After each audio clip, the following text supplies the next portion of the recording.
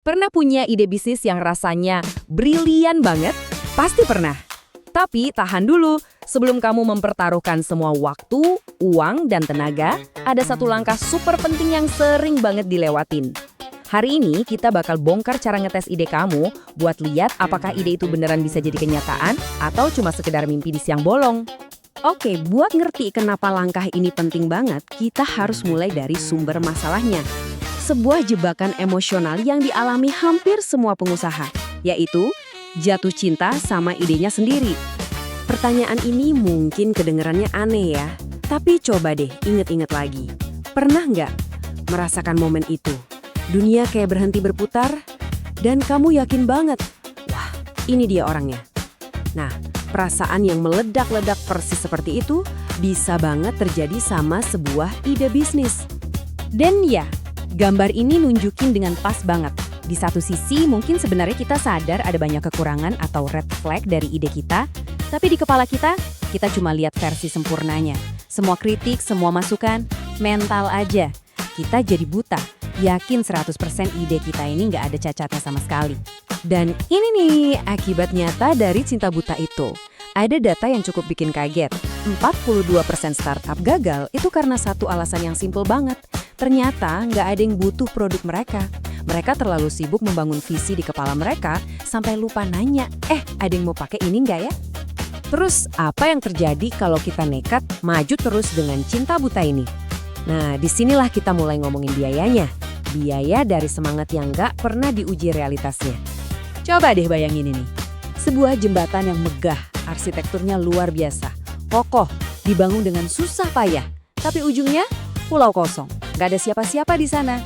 Nah, itulah yang terjadi saat kita bikin produk cuma berdasarkan asumsi, bukan permintaan nyata. Semua kerja keras, waktu, dan uang jadi sia-sia.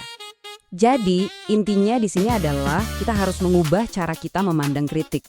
Kebanyakan orang takut banget idenya dikritik, seolah-olah itu racun yang bakal membunuh ide mereka. Padahal justru sebaliknya, anggap aja kritik itu vitamin yang bikin ide kita jadi lebih kuat dan sehat, bukan racun. Oke, kita udah lihat ya masalahnya. Sekarang yuk kita bahas solusinya. Ini bukan sekadar taktik bisnis biasa, tapi sebuah prinsip kearifan yang penting banget, validasi. Jadi apa sih validasi itu? Gampangnya gini, ini adalah cara buat ngetes ide kamu di dunia nyata dengan biaya dan resiko yang minimal. Analogitas kehamilan ini pas banget kan?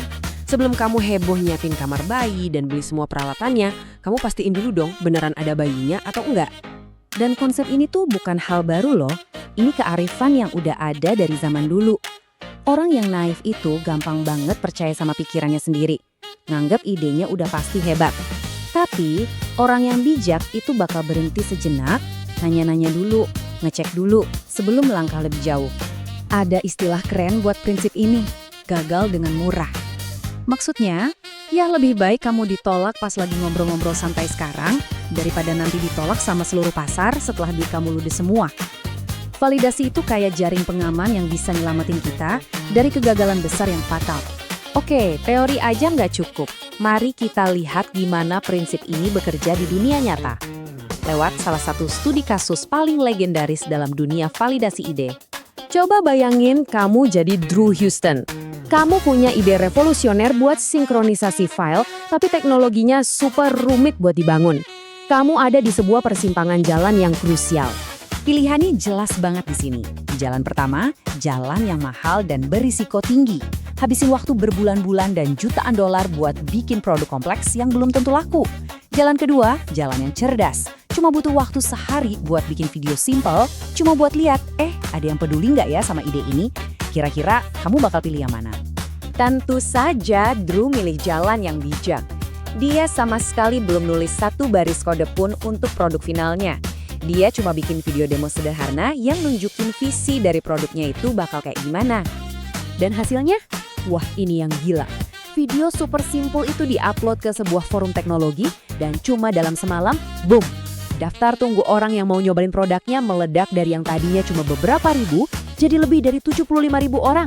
Ingat ya, tanpa nulis satu baris kode pun. Itulah kekuatan validasi. Cerita Dropbox tadi keren banget kan? Nah, sekarang waktunya kita bawa prinsip ini ke dalam hidup kita sendiri.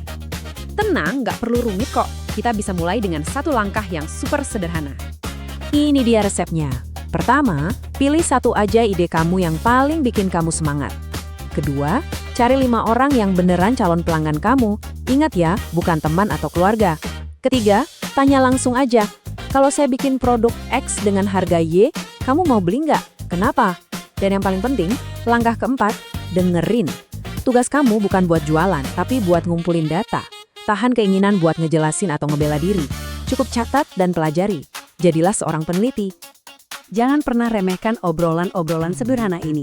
Jawaban jujur yang kamu dapat, mau itu positif ataupun negatif, itu adalah data yang harganya lebih mahal dari emas.